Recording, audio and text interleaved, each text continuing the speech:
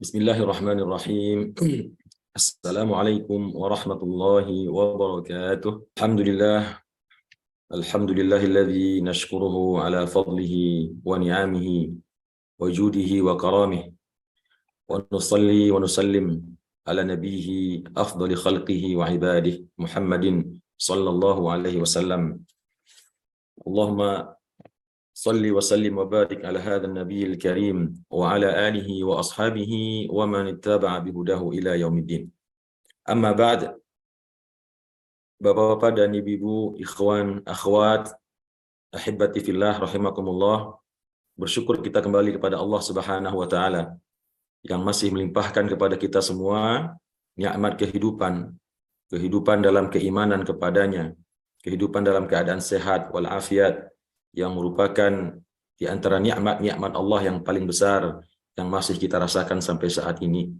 Salawat dan salam kita doakan untuk uswah dan qudwah kita baginda Rasulullah Nabi Muhammad sallallahu alaihi wa ala alihi wa ashabihi wasallam. Bapak dan Ibu, ikhwan akhwat, saudara dan saudari sekalian, alhamdulillah kembali kita berjumpa pada pagi hari ini, hari kelima Ramadan atau malam ke-6 daripada bulan Ramadan. Alhamdulillah masih kita dipertemukan oleh Allah dalam rangka mengkaji dan mentadaburi kitab Allah yang merupakan salah satu bentuk atau jenis ibadah yang paling dicintai oleh Allah Subhanahu wa taala, yang dijanjikan oleh Allah melalui lisan Rasulullah sallallahu alaihi wasallam, di mana tidaklah ada suatu kaum berkumpul berada dalam suatu tempat dan waktu mereka membaca kitab Allah dan mengkajinya dan mentadaburinya, kecuali Allah akan berikan padanya sakinah, rahmah, maghfirah, dan disebut-sebut namanya di sisi makhluknya, di sisi arasnya oleh Allah Subhanahu wa taala.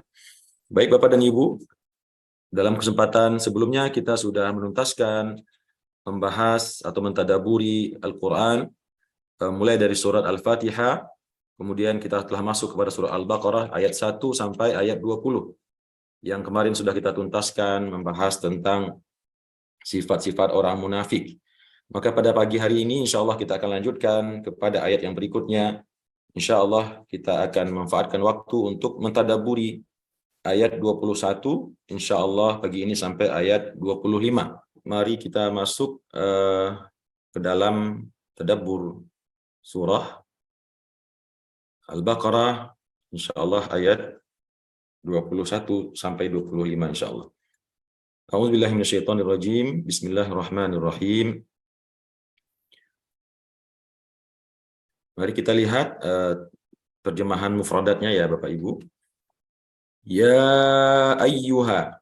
Ya, seperti biasa kita banyak menemukan ya ayyuha di dalam Al-Qur'an, dan ini merupakan ya ayyuha yang pertama yang kita dapatkan di dalam Al-Qur'an ya. Kalau mengikuti membaca Al-Qur'an sesuai dengan penyusunan mushaf ya, meskipun bukan berarti ayat ini yang pertama tentunya turun kepada Rasulullah SAW, namun dalam posisinya dalam Al-Qur'an yang kita baca, yang sampai kepada kita dalam keadaan telah disusun oleh sahabat Rasulullah SAW, Utsman bin Affan, berdasarkan petunjuk daripada sahabat Rasulullah yang talaqi langsung dengan Rasulullah, mendengarkan langsung dari Rasulullah petunjuk-petunjuk tentang posisi peletakan surat-surat Al-Quran, dan begitu juga posisi dan peletakan ayat-ayat Al-Quran. Maka ini adalah seruan yang pertama ya ayyuha yang pertama yang kita dapatkan dalam Al-Quran. Allah mengatakan ya ayyuhan nasu, wahai sekalian manusia. Nah di sini kenapa Allah menggunakan ya ayyuhan nasu Bapak dan Ibu, ikhwan akhwat rahimakumullah. Allah menyeru manusia, yaitu manusia yang tiga golongan yang sebelumnya telah disebutkan oleh Allah Subhanahu wa taala dalam surah Al-Baqarah ini. Yang pertama adalah golongan hamba-hambanya yang patuh dan tunduk dan beriman kepadanya, yaitu golongan orang-orang yang muttaqin. Kemudian golongan yang kedua adalah golongan manusia yang kafir atau ingkar kepada syariat atau pada Allah dan pada syariatnya. Dan kemudian yang ketiga adalah yaitu orang-orang yang tergolong dalam golongan orang munafik. Makanya secara umum golongan manusia yang ada di atas bumi ini, yang ada di atas dunia ini, maka mereka masuk ke dalam tiga golongan ini. Apakah dia menjadi orang beriman ya, atau dia menjadi orang kafir, atau orang yang munafik ya, yang dalam lisannya mengatakan beriman, tetapi di dalam hatinya menyembunyikan kekafiran. Kemudian di dalam ayat tersebut ini Allah mengatakan, ya ayyuhan nasu, wahai sekalian manusia. Manusianya yang tadi telah Allah sebutkan semuanya. Yang muttaqin, yang kafirin, ya yang munafiqin. Kata Allah, wa'budu, sembahlah rabbakum. Sembahlah Tuhanmu, yaitu Allah Subhanahu wa taala. Allah di sini memerintahkan kepada mereka untuk menyembah Allah, berubudiah kepada Allah, menyatakan ketundukan dan ketaatan kepada Allah Subhanahu wa taala yang merupakan Rabbakum, yang merupakan Tuhan mereka. Nah, yang dimaksud dengan wa'budu, Bapak dan Ibu, ikhwan akhwat rahimakumullah, dia berasal daripada kata-kata abada ya'budu ibadah. Artinya beribadahlah, ya, sembahlah. Yang kita sembah itu adalah Tuhan, Rabbakum, ya, Rabb. Nah, sebelumnya apa itu pengertian ibadah, Bapak dan Ibu?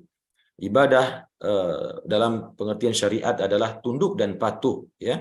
Tunduk dan patuh. Setelah kita tunduk, kita takut kepada yang biasanya kalau kita tunduk kepada sesuatu, kepada seseorang, kita pasti tunduk. Tapi tidak semua. Ketika seorang takut kepada makhluk, dia mungkin tunduk, dia mungkin takut, tapi belum tentu dia patuh.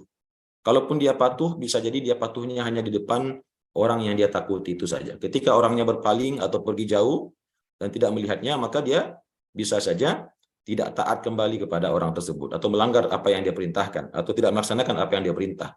Namun konteksnya dalam beribadah kepada Allah Subhanahu wa taala adalah yaitu memberikan ketundukan dan kepatuhan total, yaitu menyembah zat yang menciptakan kita, ya, Rabbakum. Kata Rabbakum di sini, Bapak dan Ibu, berbeda dengan ilahakum. Kalau ilahakum itu maksudnya adalah Tuhan, ya.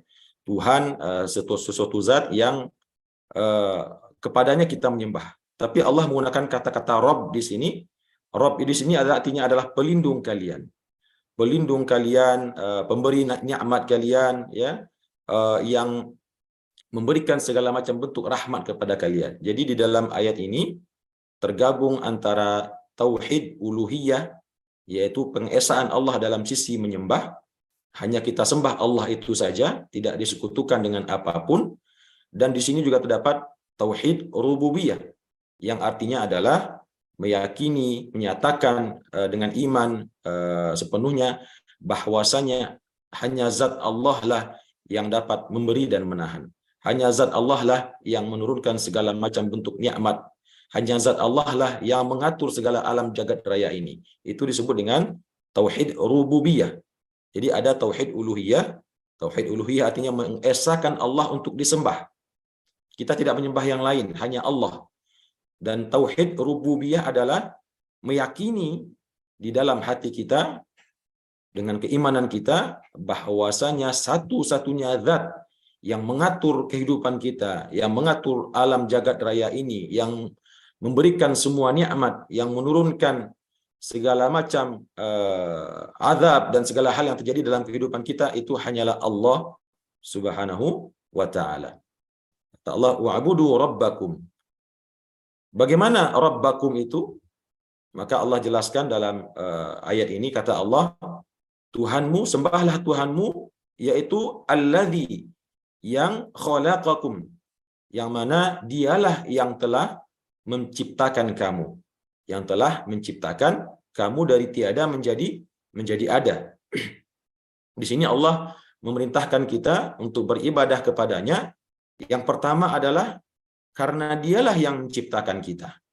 Kalau suatu kekuatan, dia yang memiliki kemampuan, dia yang memiliki wewenang, dia yang memiliki kuasa untuk menciptakan sesuatu, maka sudah suatu kewajaranlah seandainya zat yang menciptakan itu meminta kepada sesuatu yang dia ciptakan untuk tunduk dan patuh kepadanya.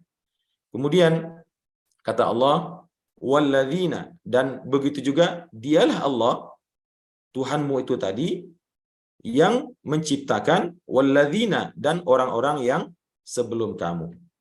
Jadi di samping Allah menciptakan kita, manusia-manusia yang saat ini sedang hidup di atas dunia ini, yang sedang membaca Al-Quran, Allah ingin mengingatkan kita sesungguhnya seluruh manusia Sejak zaman Nabi Adam alaihissalam hingga saat ini dan seterusnya hingga hari kiamat nanti terjadi, semuanya itu Allah yang menciptakan mereka. Karena itu kata Allah, sembahlah Allah itu.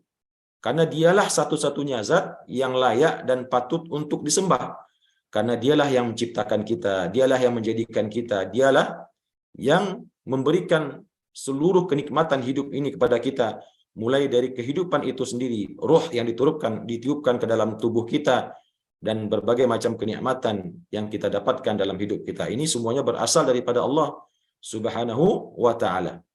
Jadi di sini Bapak dan Ibu hafizakumullah, Allah mengatakan khalaqakum. Di sini terdapat kalimat khalaqa yang berarti menciptakan. Dalam Al-Quran banyak sinonim dari mengadakan sesuatu, membuat sesuatu itu ada khalaqa, ada nanti kita temukan juga ja'ala, ya, dan ada juga sona'a. Di sini Allah memilih kata khalaqa. Biasanya di dalam Al-Quran Bapak dan Ibu, ikhwan akhwat rahimakumullah, tidaklah Allah menggunakan kata-kata khalaqa kecuali itu menunjuk kepada sebuah penciptaannya yang maha besar, yang sangat besar, yang sangat luar biasa.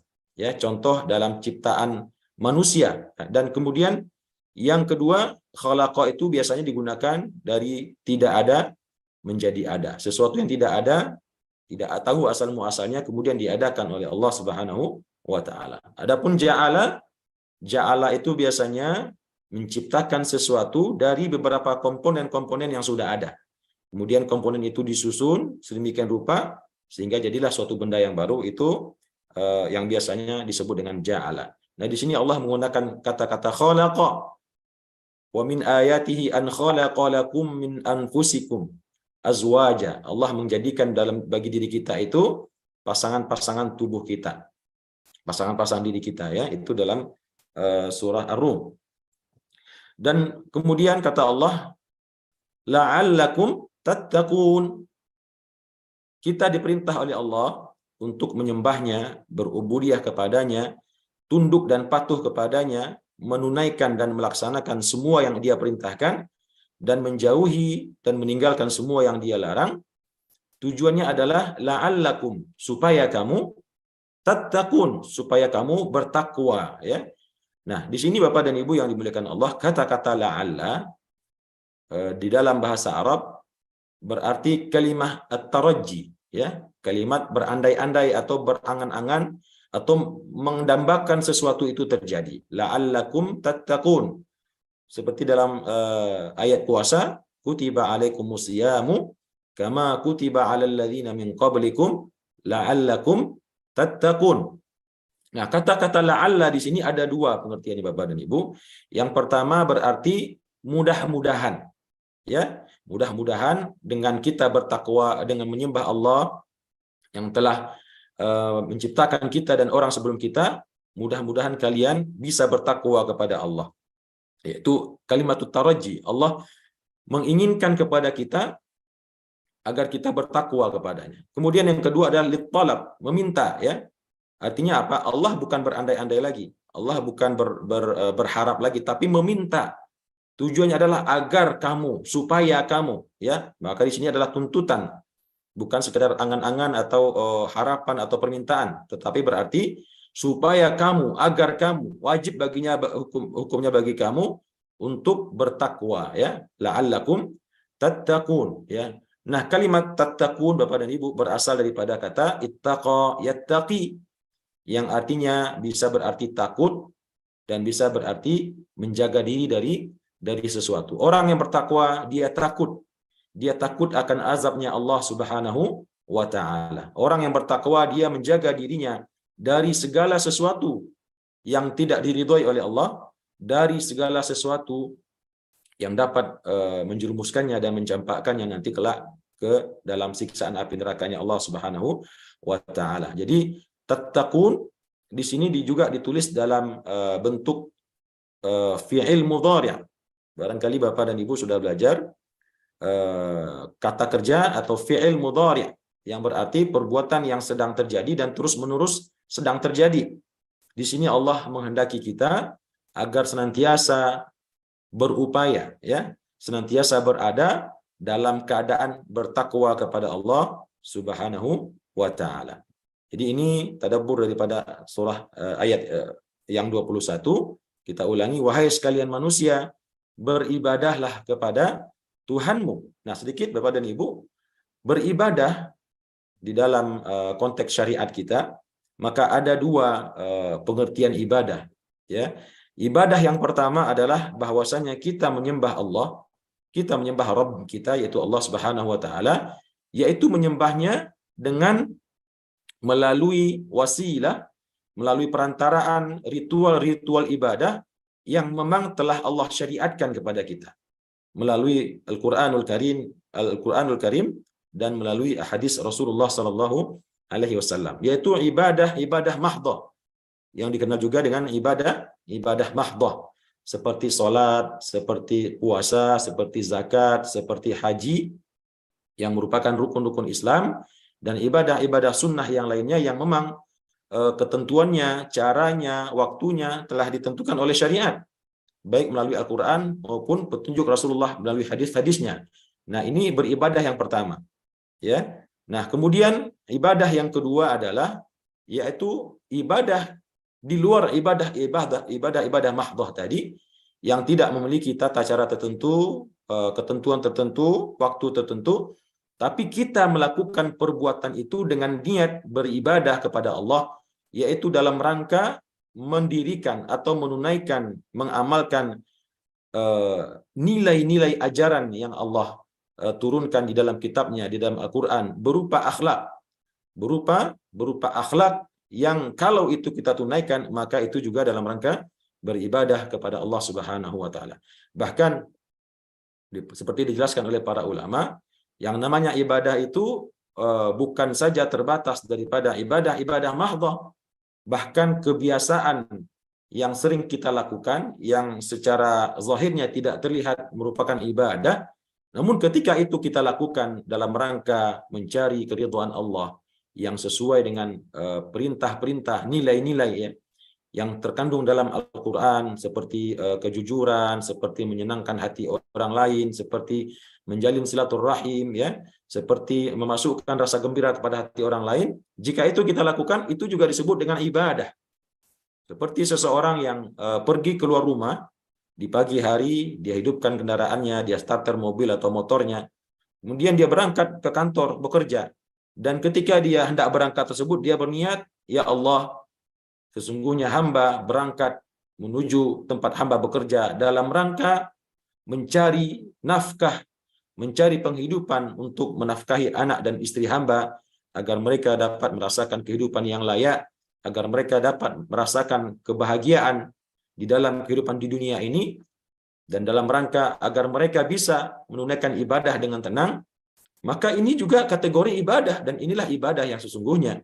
Di samping ibadah mahdhah tadi, ketika kita menyambungkan, menautkan seluruh aktivitas kita ini kepada Allah, ya, bahkan ketika seorang perempuan, seorang istri di rumah yang menjelang suaminya pulang dari kantor, dari luar bekerja, kemudian dia berdandan, menghiasi dirinya, mempercantik dirinya, agar ketika suaminya pulang, suaminya mendapatinya dalam keadaan dandanannya baik, menarik, menyenangkan matanya, ya, membahagiakan hatinya. Yang itu dia niatkan semata-mata agar suaminya merasa senang, merasa gembira, sehingga bertambah keridhaannya kepadanya, maka itu juga kategori ibadah. Ibadah yang tentunya dibalas dengan pahala oleh Allah Subhanahu wa taala. Nah, kemudian Bapak dan Ibu yang dimuliakan Allah, tadi sudah kita sampaikan, yang ibadah itu sebetulnya adalah kembali kepada kita semuanya manfaatnya. Allah Subhanahu wa taala tidak menginginkan atau tidak membutuhkan sebetulnya sama sekali akan ibadah-ibadah, ritual-ritual ibadah yang kita lakukan. Dalam sebuah hadis qudsi yang terdapat dalam kumpulan hadis Arba'in Nawawi, barangkali Bapak dan Ibu, ikhwan akhwat pernah membacanya. Di situ Allah mengatakan melalui lisan Rasulullah sallallahu alaihi wasallam, kalaulah seandainya seluruh penduduk langit dan bumi ini, dari jinnya, dari manusianya, semuanya, sejak zaman diciptakan Nabi Adam sampai akhir manusia diciptakan di hari kiamat, semuanya itu bersatu untuk bermaksiat kepada Allah, maka sesungguhnya sedikit pun, seujung kuku pun tidak dapat mengurangi kekuasaannya Allah. Tidak mengurangi sedikit pun sifat Allah yang maha kuasa itu. Kedikjayaannya Allah, kemahakuasaannya Allah. Namun sebaliknya, jika seluruh manusia dan jin ini berkumpul dalam satu tempat, dari sejak zaman Nabi Adam sampai seluruh manusia yang ada saat ini, berkumpul di suatu tempat dan di situ mereka beribadah dengan tekun kepada Allah pagi, siang, sore, dan malam, maka kata Allah, ma zada dzalika min mulki syai'a. Sedikit pun itu tidak akan menambah kekuasaan Allah. Bagi Allah sama saja. Kita beribadah, tidak beribadah, tidak mengurangi dan tidak menambah kekuasaannya.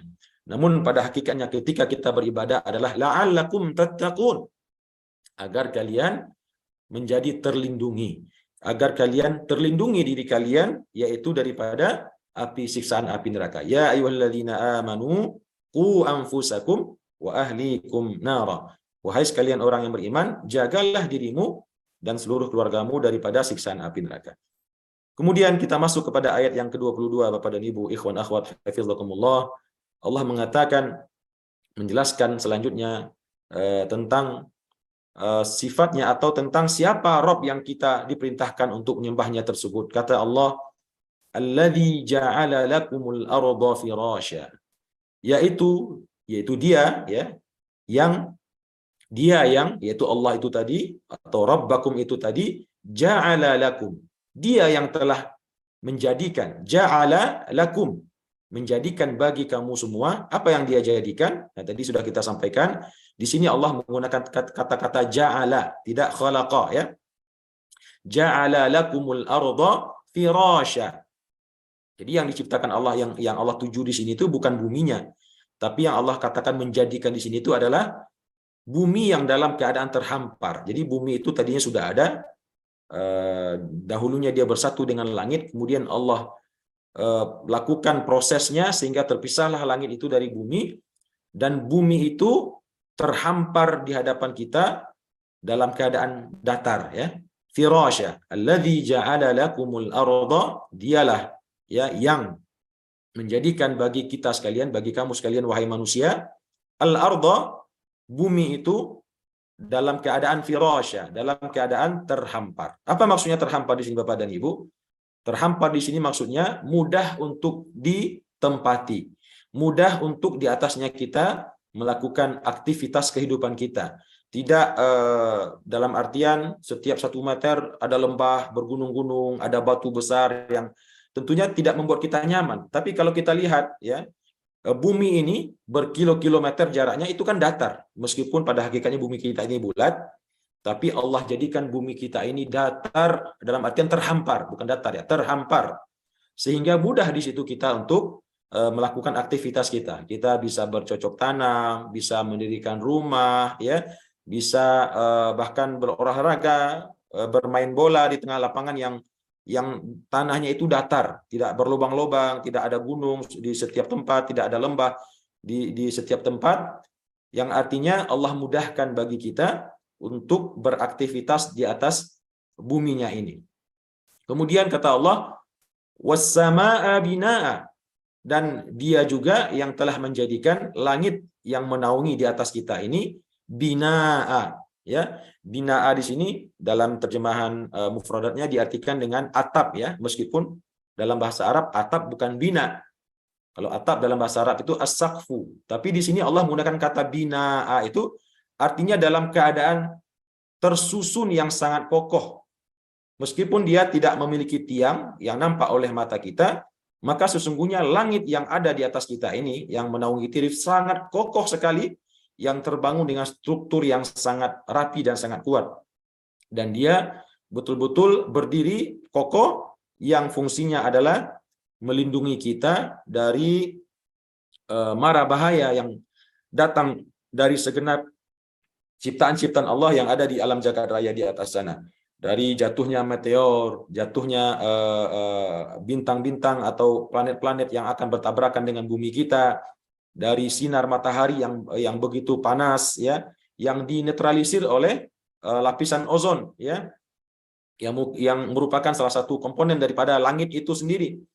Nah, maka Allah jadikan langit itu dalam keadaan tersusun kokoh dia tidak jatuh, tidak menimpa kita semua, ya, sehingga kita bisa hidup di atas buminya ini, buminya yang tadi sudah kita sampaikan dalam keadaan terhampar, dalam keadaan luas, dengan nyaman dan aman kita berada di atasnya, ya, tidak takut terjatuh, terjerembab, dan kemudian juga dijadikan di atas kita langit yang melindungi kita dari mara bahaya yang datang daripada segenap ciptaan Allah dari jagat raya ini.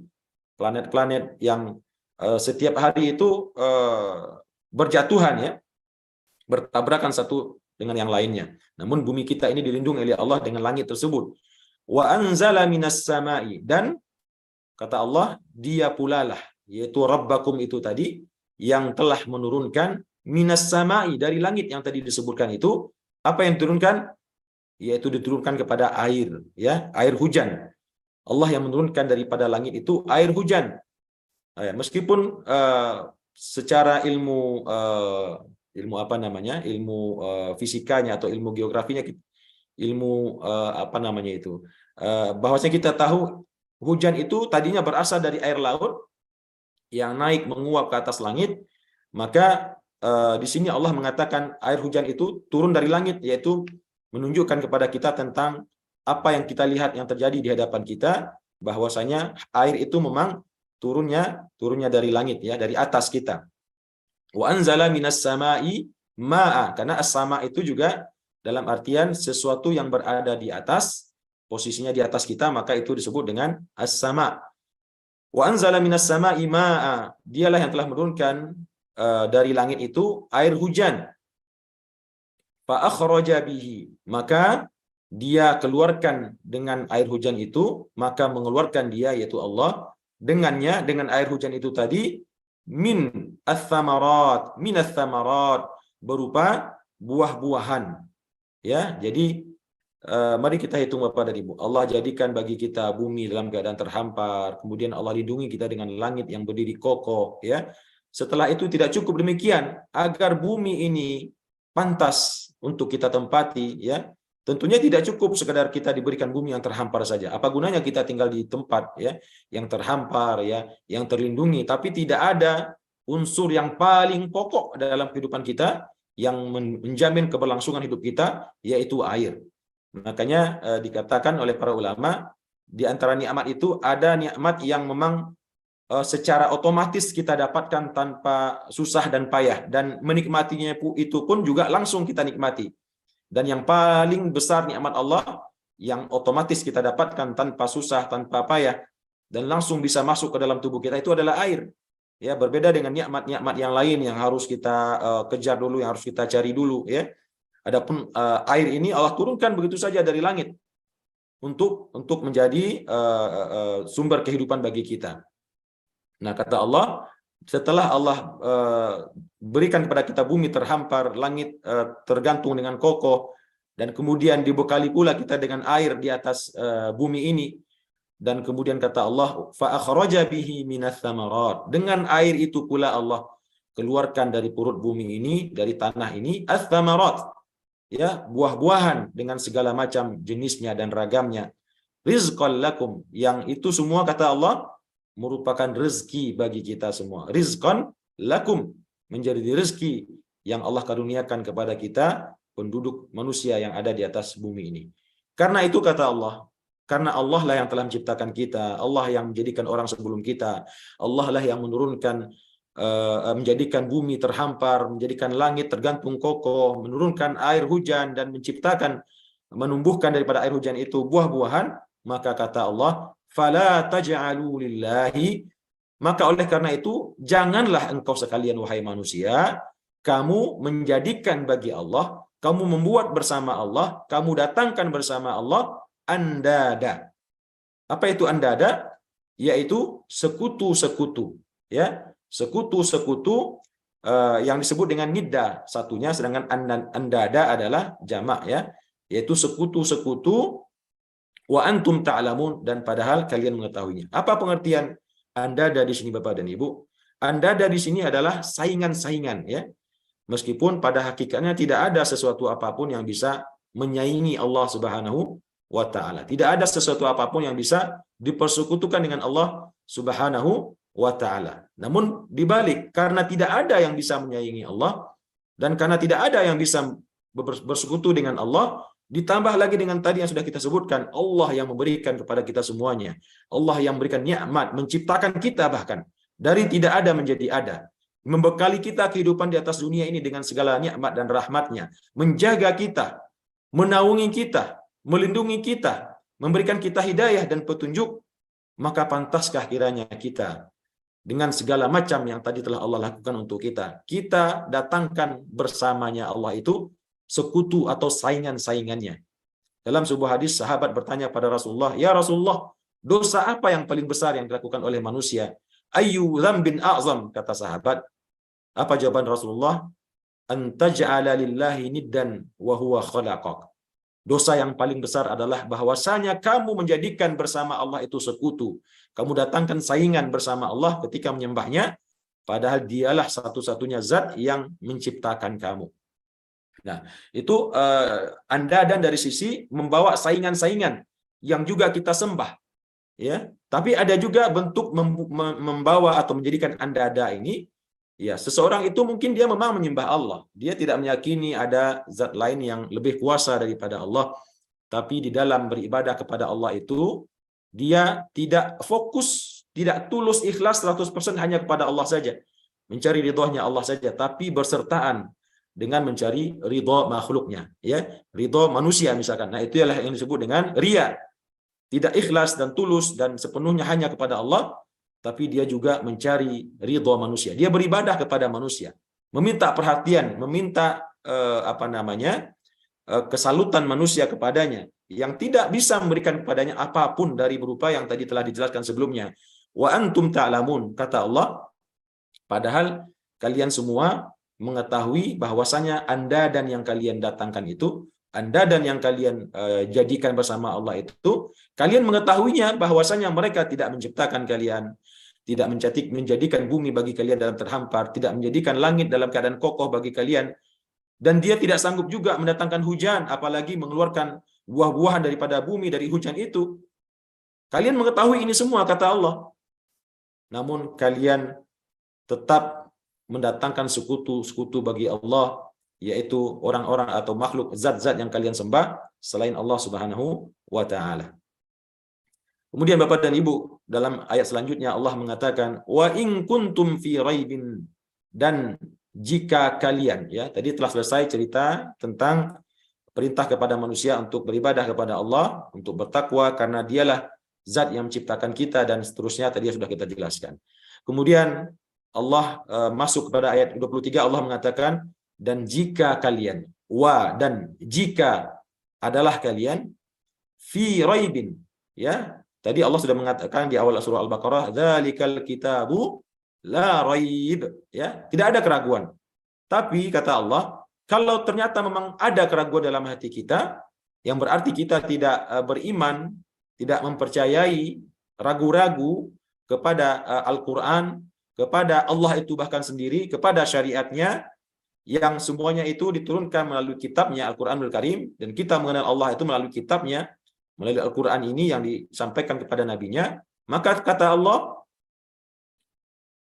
wa in kuntum fi raibin mimma nazzalna ala abdina, jika kalian ragu-ragu terhadap atau dari apa yang kami turunkan di atas hamba kami, ya, yang kami turunkan yaitu Al-Qur'anul Karim, dan hamba di sini adalah maksudnya Nabi Muhammad sallallahu alaihi wasallam, maka kata Allah, fa'tu bi suratin min mithlih, maka cobalah, ya, coba buat atau datangkan kepada kami, buatkan dan hadirkan di hadapan kami dengan satu surat saja yang serupa, ya, yang tidak mesti sama tapi serupa, ya, dengan Al-Qur'an itu sendiri. Nah, ini tantangan yang Allah berikan kepada seluruh jin dan manusia, bahwasanya tidak ada satupun makhluk di atas dunia ini, baik dari kalangan jin dan kalangan manusia, sampai hari kiamat, yang akan sanggup membuat Al-Quran ini seperti Al-Quran. Dalam Al-Quran, di berbagai macam tempat, surat, Allah menantang orang-orang untuk mendatangkan mulai daripada yang semisal dengan Al-Quran yang utuh, Ya, satu Al-Quran ini kalau bisa dibuat satu kitab yang lain yang serupa dengan Al-Quran, tapi tidak bisa. Kemudian Allah turunkan tantangannya dari satu Al-Quran total, full, ya, menjadi 10 surat saja. Tapi orang kafir juga tidak sanggup untuk mendatangkan 10 surat itu. Maka sekarang diturunkan oleh Allah tantangannya. Kalau nggak bisa satu Al-Quran penuh dibuat tandingannya, kalau nggak bisa 10 surat dibuatkan tandingan yang semisalnya, maka minimal kata Allah, buat satu surat saja, surat yang paling pendek sekalipun. Seperti pendeknya surat Inna a'tainakal kautsar fasholli lirabbika wanhar inna syani'aka huwal abtar. Ya, karena Allah turunkan surat yang pendek itu untuk menantang juga orang-orang kafir ini. Ini ada surat yang pendek. Kalau dipikir yang panjang nggak bisa, oke lah. Sekarang ada yang pendek, cuma 3 ayat. Inna a'tainakal kautsar fasholli lirabbika wanhar inna syani'aka huwal abtar. Tapi nyatanya sampai hari ini tidak ada satupun makhluk jin ataupun manusia yang sanggup membuat semisal Al-Quran. Kata Allah, wad'u syuhada'akum min dunillah, dan dalam proses membuatnya itu, ya, tidak mesti sendirian kata Allah. Wad'u, dan ajaklah, panggillah, serulah syuhada'akum. Di sini diterjemahkan dengan penolong-penolong, pembantu-pembantu, ya, ajudan-ajudan. Siapa saja, apa saja medianya, alatnya, manusianya, yang bisa membantu pekerjaan untuk memudahkan proses membuat surah Al-Quran ini, kata Allah, datangkanlah semuanya. Panggil mereka semuanya, kata Allah, siapapun yang ingin kita minta datang. Min dunillah, tapi syaratnya Allah jangan dibawa-bawa. Karena Allah kan tadi menantang. Allah sudah datangkan sebuah Al-Quran. Sekarang kita menantang, menyatakan kita sanggup membuat sebuah tandingan seperti Al-Quran, maka kata Allah, silahkan buat. Kalau perlu datangkan semua orang yang menurut kita mampu membantu kita, tapi Allah jangan dibawa-bawa. Kata Allah, in kuntum shadiqin. Jika kalian merasa benar apa? Di dalam keraguan kalian itu. Jika kalian benar bahwasanya Al-Quran ini ada keraguan padanya. Benar bahwasanya Al-Quran ini banyak yang rancu di dalamnya, ya. Benar bahwasanya kalian mengatakan Al-Quran ini adalah karang-karangannya Muhammad sallallahu alaihi wasallam. Maka coba buat satu surat saja, kata Allah, dan ajak dalam prosesnya itu semua makhluk yang ada di atas bumi ini. Silahkan, kata Allah, jika kalian memang benar dengan dakwaan kalian. Kemudian kata Allah, fa illam taf'alu, namun jika lam taf'alu, kalian tidak bisa melakukannya, ya. Jika kalian tidak bisa melakukannya, kemudian Allah kunci statementnya, walan taf'alu. Lan di sini berarti huruf yang menafikan suatu pekerjaan, di mana pekerjaan itu tidak mungkin terjadi sama sekali sampai kapanpun di masa yang akan datang sampai hari kiamat. Walan taf'alu, ya. Sama dengan walan tardha ankal yahudu, dan tidak akan pernah ridho kepada kita orang Yahudi dan orang Nasrani. Walan tardha ankal yahudu walan nasara, ya. La in syakartum la azidannakum wa in ta'uddu ni'matallahi la tuhsuha. Itu la tuhsuha, tidak pernah yang sebelumnya, yang saat ini dan akan datang. Tapi kalau lan taf'alu, ya, sejak waktu tantangan itu dikeluarkan sampai masa kapanpun setelahnya, tidak mungkin itu dia lakukan. Kata Allah, jika kalian tidak bisa membuat semisal Al-Quran itu, dan kalian, saya jamin, kata Allah, tidak akan sanggup untuk mengerjakannya sampai kapanpun. Nah, pernah seorang orientalis ketika membaca ayat ini, dia betul-betul terkagum-kagum gitu, ya. Terkagum-kagum di sini bukan berarti terkagum tunduk dan beriman, tidak. Terkagum itu termenung begitu. Termenung dan kebingungan, ya. Bagaimana seorang Nabi Muhammad SAW yang tidak bisa membaca dan bisa menulis bisa menyebutkan tantangan seperti ini, ya, yang hanya bisa diberikan biasanya harusnya oleh seorang profesor kuadrat lah begitu kira-kira, yang ilmunya sudah selangit begitu, ya. Nah, ini hanya seorang hamba yang ummi, yang tidak bisa menulis, tidak bisa membaca, ya, yang hidup di tengah gurun, tapi bisa mengeluarkan statement yang seberani ini, statement yang sangat sombong begitulah kira-kiranya, yang itu merupakan tentunya kalamullah, bukan statementnya Rasulullah. Tidak mungkin sampai kapanpun kalian bisa membuat Al-Quran ini, kata Allah dalam Al-Quran ini yang disampaikan oleh lisannya Rasulullah SAW. Maka kata Allah, kalau demikian keadaannya, fattakun nar, takutlah kalian kepada siksaan api neraka. Karena kalau kalian tidak sanggup, berarti benar Al-Quran ini. Tidak ada keraguan padanya, tidak ada yang salah dalam Al-Qur'an ini. Semua yang Allah turunkan dalam Al-Qur'an ini adalah kebenaran semuanya. Karena itu janganlah ragu lagi, janganlah bimbang lagi, berimanlah, ya, beribadahlah kepada Allah, fattaqun nar, dan takutlah kepada api neraka. Ya, jadi sekali lagi Bapak dan Ibu, selalu Allah dalam Al-Qur'an ini sering sekali ketika membahas ibadah, ujung-ujungnya neraka. Ya, ujung-ujungnya neraka. Kalau nggak surga ya neraka. Semua perintah Allah itu dalam rangka menjauhkan kita daripada siksaan api neraka. Karena neraka itu hak. Neraka itu benar dan pasti akan kita lihat dan akan kita temui kalau kita tidak melakukan apa yang kita perintah. Dan itu yang Allah wanti-wanti kepada kita. Jadi bukan sekadar kita ada di atas dunia ini untuk ada, ya, makan, minum, berkeluarga, ya, dan lain sebagainya. Tapi kita diadakan oleh Allah untuk beribadah kepadanya. Karena kalau kita tidak beribadah kepadanya, siap-siap kata Allah yang tidak mau beribadah, tempatnya nanti adalah di dalam nerakanya. Karena itu takutlah kepada neraka itu dengan menegakkan ibadah kepada Allah, yang mana waquduhan nas wal hijarah. Api atau bahan bahan bakar daripada neraka itu yaitu an-nasu wal hijarah. Bahan bakarnya, makanya apinya itu bisa menyala, ya, menyala dengan kuat, ya, dengan merah. Dia itu baru bisa hidup kalau masuk bahan bakarnya. Bahan bakarnya siapa? Manusia dan bebatuan. Jadi semakin banyak manusia masuk, maka semakin berkecamuklah api neraka tersebut. Nah, ini yang Allah wanti-wanti, yang Allah beri pertakut kepada kita. Fattaqun nar allati waquduhan nas wal hijarah uiddat lil kafirin.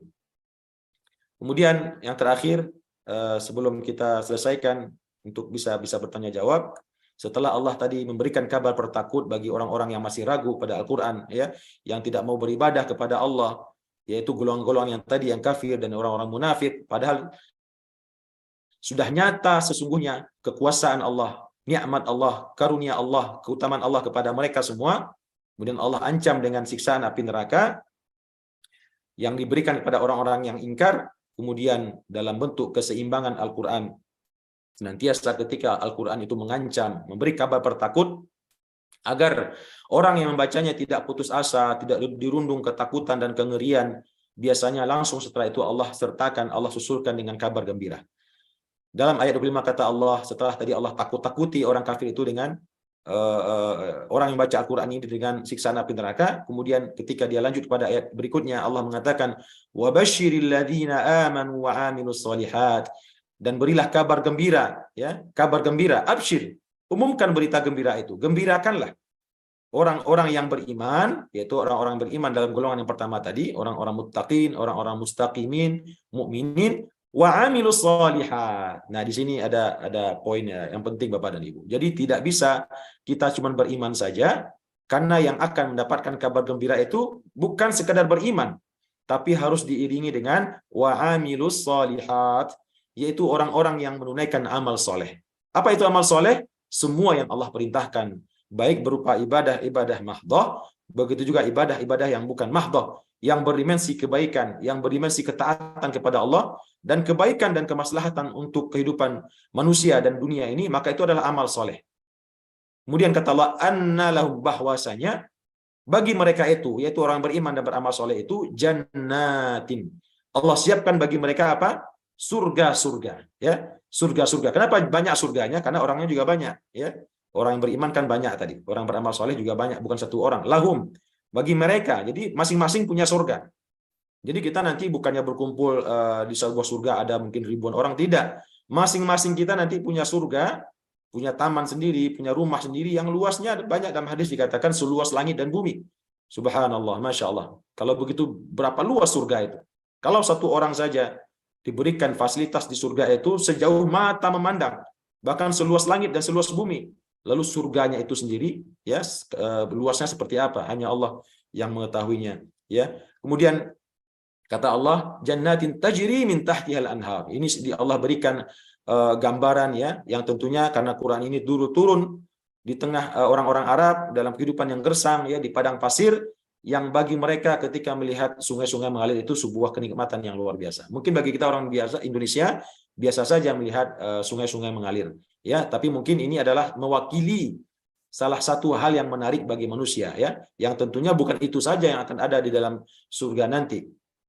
Kemudian kata Allah, kullama ruziku, setiap mereka diberikan rezeki minha di dalam surga itu min thamaratin, ya, daripada buah-buahan, rizqan dan sebagai rezeki, qalu, ketika mereka dihidangkan, ya, didatangkan di hadapan mereka, yang bahkan dalam surga itu kita nggak perlu berjalan, nggak perlu berdiri bahkan untuk mengambil buah-buahnya, datang sendiri. Entah bagaimana caranya, apakah tiba-tiba begitu ketika kita ingin makan buah anggur, tiba-tiba datang di hadapan kita, atau mungkin ada malaikat yang mengantarkannya secepat kilat. Yang penting penduduk surga itu ketika berangan-angan saja terhadap sesuatu, berangan-angan tanpa memintanya, yang dia angan-angankan itu langsung hadir di hadapannya, ya, berupa buah-buahan diantaranya. Qalu hadzal ladzi ruziqna, dan ketika itu mereka mengatakan hadzal ladzi ruziqna min qabl. Orang penduduk surga mengatakan, ini kan dulu di dunia kita telah pernah diberikan yang semisal ini, diberikan pisang, diberikan anggur, buah-buahan, apel. Kemudian kata Allah, wa utubihi mutasyabih. Kata Allah, mereka diberikan dengan yang buah-buahan itu serupa dengan yang telah pernah mereka nikmati sebelumnya, tapi tidak sama. Rasanya berbeda, lebih enak, ya, lebih segar, lebih manis, lebih nikmat dirasakan, berbeda dengan buah-buahan yang ada di dunia. Kemudian yang terakhir, Bapak dan Ibu, Allah mengatakan walahum fiha, dan bagi mereka orang-orang yang beriman dan beramal soleh tadi, fiha, di dalamnya, di dalam surga-surga itu, azwajun, ya, di sini istri-istri. Ya, tapi bapak-bapak jangan euforia dulu, ya. Maksudnya istri-istri di sini karena kan orang mukminnya juga banyak, bukan berarti kita nanti di dunia ini simbolnya memiliki istri-istri, bukan begitu, ya.